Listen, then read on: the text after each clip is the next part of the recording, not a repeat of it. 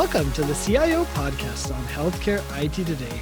I'm John Lynn, the founder and chief editor at Healthcare IT Today, and I'm excited to bring you the most practical healthcare CIO insights and perspectives. We know your job is challenging, and we want to help you be more successful.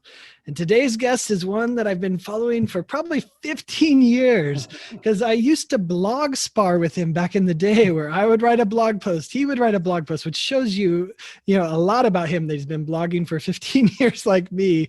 And our special guest is Will Weider. He's CIO at PeaceHealth. Welcome, Will. Hi, John. Great to see you, my friend. Yeah, I mean, what's fascinating, this is the first time we've ever met face to face, and yet we've probably had hundreds of interactions online. Anyway, we should have done it earlier. But for those that don't know you, tell us a little bit about yourself and PeaceHealth. Sure. I'm a healthcare CIO since 1995. So I've got a lot of experience and have watched the healthcare IT industry evolve, and it's been fun. PeaceHealth is an amazing organization, very classical Pacific Northwest. Mm-hmm. Our hospitals are in Oregon, Washington, and Alaska. And it has the Pacific Northwest culture permeating through it. We're progressive, we're laid back. I can wear a plaid shirt and cargo pants to work and nobody would blink an eye. So I love it here. That's awesome. Well, Alaska kind of throws that off a little, it feels like. That's got to be unique, I would think. It is. We just have one hospital in Alaska, but okay. I love to throw that in there because it makes it sound much bigger. Yeah, well, and I bet they need your support and they fly people in, I would imagine. Yeah. So that's pretty cool. Well, you talked about the evolution and, you've been in this game, if you will, a long time. How has the CIO position evolved since you first became CIO, and kind of what remains the same? Yeah, well, the role is different in that I remember in 1995 sitting in the executive meetings thinking, I should just let the clinical people talk here, and if anything comes up, I'll have something to say. And now, every topic runs through IT, has major IT implications. My mind is constantly racing about, okay, how are we going to support this? What do we need to change in order to be able to do this? So, the criticality of IT and therefore our need to constantly evolve is probably the thing that's changed the most. And I imagine the board has changed their perspective on IT as well, right? I mean, in the beginning, you were just turn the lights on, right? Turn the internet, the servers on, roll out the desktops. Is that true? And have they changed their perspective? Yeah, absolutely. And so they're thinking strategically. They all have IT as the fundamental underpinnings of the businesses that they run or participate in, and so they have higher expectations in terms of IT being a strategy, no longer, an investment to save a few FTEs here, a few dollars there. Mm-hmm. And as you look back at your experience as CIO, what do you think is your greatest accomplishment? And maybe what was the key to really making that accomplishment a success? Yeah, so I think you have to ask yourself, what does a CIO do? Mm-hmm. What is the job of the CIO? And from my perspective, and I've tweeted this before, you probably read it, right? I think of it, I grew up in Flint, Michigan. My dad worked on the line, and I'm not here to build cars. I'm here to build a factory that builds cars quickly and cost effectively and with high quality.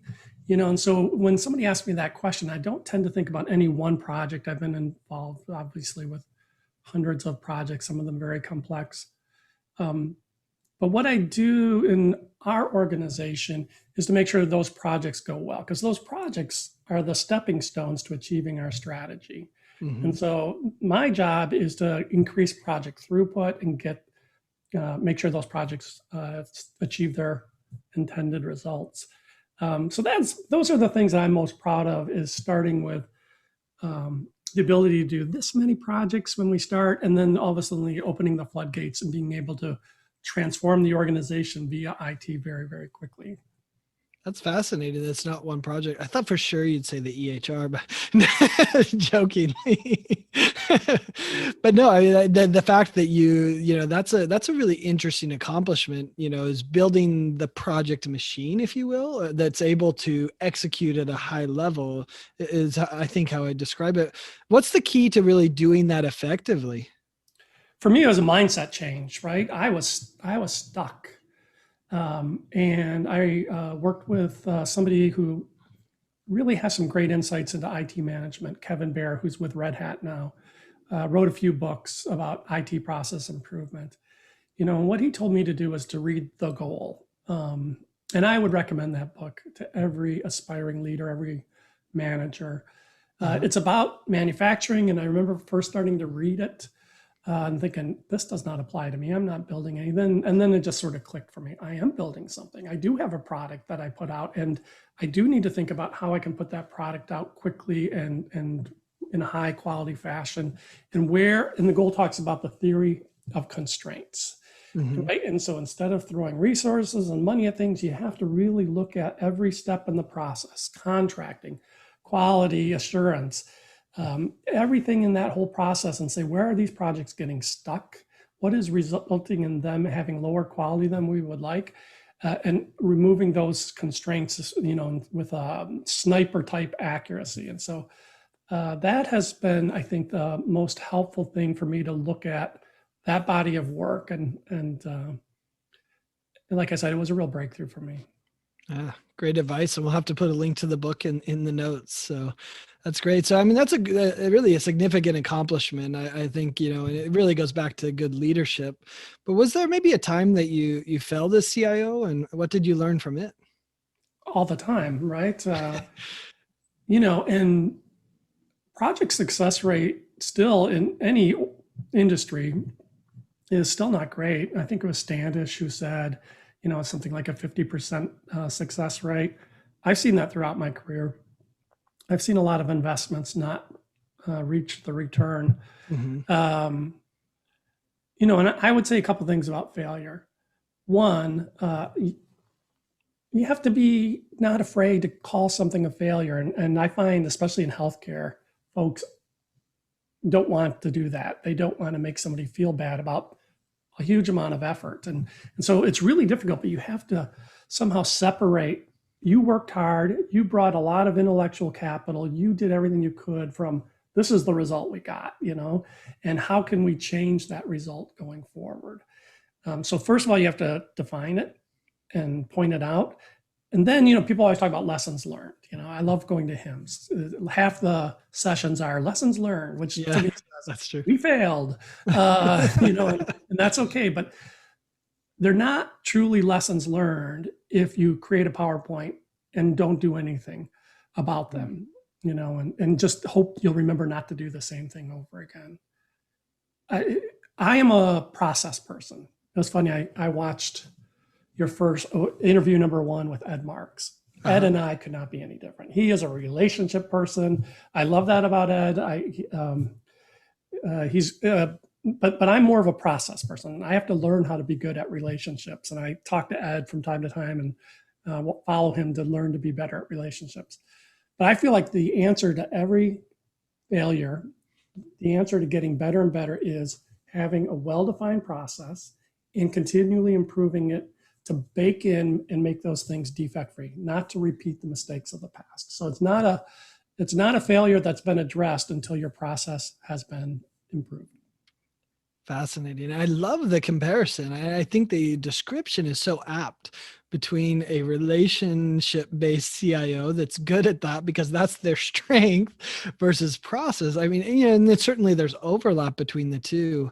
I think it was also fascinating what you said about, a failed project, and how do you communicate that it was a failed project without telling that person that they're a failure? It feels like that's what you were trying to describe. I mean, I pull from Brene Brown. I don't know if you follow her at all on vulnerability and and other things, but it sounds like that's what you were trying to say. Is that the key to kind of that communication? And I mean, for lack of a better term, that relationship with your person that had the failed project is helping them understand that it was a failure, but they're not a failure.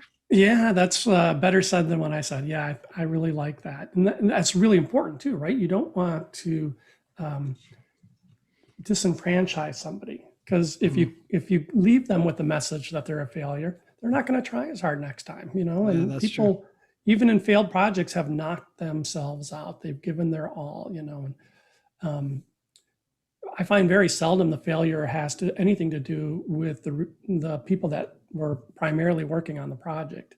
Hmm. Often it's failure on the vendor, and vendors fail a lot, and they overpromise and underdeliver. It's a failure by the organization to think of something that might not be as strategic as they thought it was. So you really have to dig in and understand those failures. Yeah, there's a lot of reasons you can fail. And it's interesting that it's often not the people. Fascinating. Yeah. So as you look forward, 5 years, we kind of looked back, we kind of talk about now. As you look forward 5 years, what do you think the key decisions are that you're going to make today that are going to put your organization in a place of success 5 years from now? Because I think that's kind of how it plays out. I mean, maybe you disagree with me that the decisions you make now are going to determine your success in the future. Yeah, right. And so that's an interesting question, right? Firstly, going back to this model I have as what my job is as CIO, which is to create change as a product through these IT projects. I like to think that in general, by doing that well, we're ready for any kind of strategy that the organization moves to. And if we have to quickly pivot, we still have the assembly line in place. We just got to retool it, just like my dad used to get August off because they had retooled the assembly line for the new models. We'd have to tweak that assembly line, but we could quickly pivot to whatever new strategy we have. And that's what we've tried to do, is create something that's flexible, and we're constantly assessing it against where the organization is going.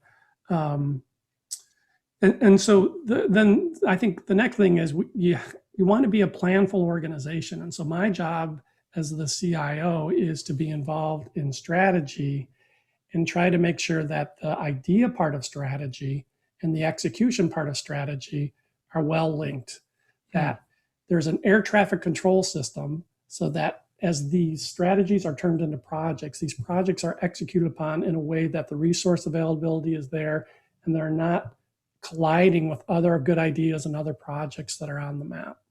In terms of what the future looks like for IT, it's pretty fun and exciting. And I think, everybody's looking at the same thing in terms of value-based care and how do we provide quality services in a more cost-effective way. I believe strongly that the cost of healthcare is outrageous, that I personally and our industry has a lot to do with that, and we owe it to fix it. And I'm committed to being part of that solution. I think, thinking back to Ed again, and his book on digital transformation is going to be absolutely key. I've enjoyed the journey so far. We've accomplished a lot. When I first became a CIO, or even when I first went into the healthcare industry, or totally paper-based records. I was implementing the very first order entry system, and they were terrible. You think EHRs are bad to use today? You should see the 3270 light pen systems that we first implemented when I became involved in IT. But they've gotten better. They've got a long way to go, and so it's a fun journey. Yeah, absolutely. So I want to, for the next question, kind of harken back to one. We did an interview, and it was a lot about blogging, I think, back in the day. It was back in 2012, and I asked you a similar question, and you gave such an insightful answer. I was like, I have to include this question with Will today. So the question is, what are people not talking about that they should be? I'll tell you something that I've done a couple times now that I can't believe is not a standard, and that's low-code development platforms. I love low-code development platforms. At PeaceHealth, we specifically use a platform called QuickBase. Okay. And basically, we can build simple applications in hours, and not only within IT, but with analyst help on the outside, they can develop their own applications, these citizen developers. And this is so helpful in project throughput, right? Because what people tend to start with is, oh, there's this piece of niche software that we want to go and get because we have a niche need. It's outside of the EHR, it's outside of the ERP, and we need to address that. And the problem with niche software is there's so much overhead. You have to go through the contracting process and the sourcing process. You have to figure out how you're going to do single sign-on. You have to figure out how you're going to provision and deprovision that access. There is no way to implement even the most simple application without putting in 100 hours of work. And so with this low-code development platform, we can take these relatively simple application needs, skip all of that because we already own it. We've already figured out how to connect it to the Active Directory and build these things and get them up and running, in a day or two. And so that helps free us up to do a lot more strategic things within the IT department, makes our customers happy. It's win-win-win. And do you allow them to is it that you roll that out as the production solution, or is this something that you use to kind of test and say, does this matter? And then use that as a justification to go then spend the 100 hours with someone else? This is the production solution. So people outside of IT are building applications, creating tables that are linked together, building the forms for data entry, creating the visualization so they can look at the data that they've collected. Now, we're not going to, like I said, run major clinical systems through this, but Sure. Every organization has hundreds of little needs that they're trying to do with spreadsheets. And the problem with spreadsheets is, one, they're not databases. And two, they're not multi-user. You can't control the access. You can't create user roles that give people different types of access. And with our low-code development platform, we can do all of those things. So anything that you're doing that's a process that you're trying to manage through a spreadsheet today is a magnitude of order better when you do it through a low-code development platform. Yeah, very cool.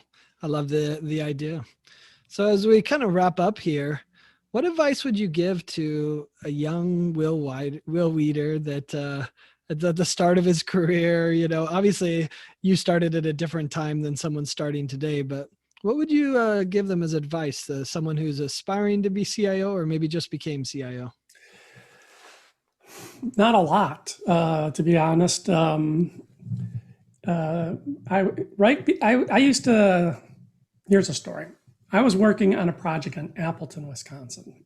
And the person I was working with the most was named Keith. We both wanted to be CIOs. Okay. And we used to talk about how we could become CIOs. And I said, you got to go outside of your organization, get some consulting experience, and that's how you become a CIO. So fast forward about 10 years, I become a CIO for one health system in Appleton, Wisconsin.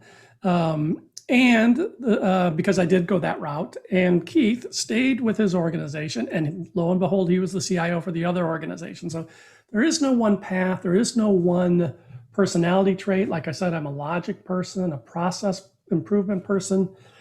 Ed, who's brilliant at his job and has always been a great CIO, I've known him a long time, is a relationship person, and that's okay. I do think, though, you have to be self-aware. You have to understand what your strengths are and what they're not. And then you have to have a real commitment to figuring out how you make your weaknesses your strengths. I like to say the things that I do best as a CIO are the things I'm really bad at naturally because I've had the discipline to learn how to be good and kind of build the methodology to be good. So I learn a lot from people like Ed, even though he's different than I am. I learn a lot from people like you, John, and insightful. Another story. Can I tell you one more story? Yeah. I don't We want love Ed to be stories. the only chief We want to story. call this, oh, you want to be the new chief storyteller. I see. Okay. No, I cannot rival that. Sitting on the couch watching your podcast with Ed, my wife walks in just as Ed was talking about how he enjoys ballroom dancing with his wife. And I looked over at my wife, and my wife looked at me, and she said, so again, different personalities, but I think that's what's good. I would also say the other reason I wouldn't give a lot of advice to people is I've been fortunate. I came into the industry at a time, where it was just starting to get started. I remember what Bill Gates said is he was the right person at the right time. I would add, I had some set of skills that lended itself well to this. I'd also add, I had the benefit of being a white male at a time where there was a bias that was what a leader looks like. And it's now incumbent upon me to make sure that women and people of color have opportunities and aren't held back by biases. And then one last thing I guess I would say in terms of advice to people, just raise your hand and say, boy, that's what I would like to do. You would not believe how much that does. Tell your boss, your supervisor, what your ambitions are, what your goals are. And often they'll bend over backwards to help you be successful and accomplish that. Love it. Great advice. And I think it's interesting you talk about the evolution and learning to grow your strengths. Because, if you think about it, and you tweeted this recently, that you had a decade to figure out blogging. Then you spent a decade doing Twitter, which, I'd love to hear maybe some thoughts about blogging and Twitter for people as well. And then now you're on TikTok, which, I'm sure people are going to have to go search for you on TikTok now to see what you're sharing. But why do you do that? Why did you blog and get involved in Twitter? And now, you're playing around with TikTok. Yeah, that's an interesting question. I would say two things. One, all of us have this desire to express ourselves in some way, Yeah. And I'm not going to be doing much dancing or songwriting or, I'm not creative, but I do have some views to share. I have a perspective on certainly leadership in my industry, our industry. And then I think the other thing is I've always been interested in this intersection of technology and culture. That's always been the thing that's really fascinated me. And I think it really applies to our role as CIOs. Much of our success in rolling out these information technologies is around the culture built around them, And so I've tried to be a student of that. I remember reading Wired magazine when it first came out, and that just expanded my mind because that's really what Wired is all about. Yeah. But I also like to experiment in these new platforms, these new medium. Yeah. I'll steal a quote from David Chow. I think it was the one that said it, that how are you going to hire the next generation if you don't understand them? So I think there's an element of that too, right? At least getting on TikTok can help you understand them in a new way, which I think is great. And is part of being a leader. So my Twitter bio says millennial at heart. It's so beautiful. Well, thank you so much for being part of the CIO podcast. It took us 15 years to finally get together. We'll have to do it sooner than later next time. But thank you so much, everyone, for listening and watching. If you want to find more great health IT content like this, be sure to check it out at healthcareittoday.com. Thanks, Will. Bye.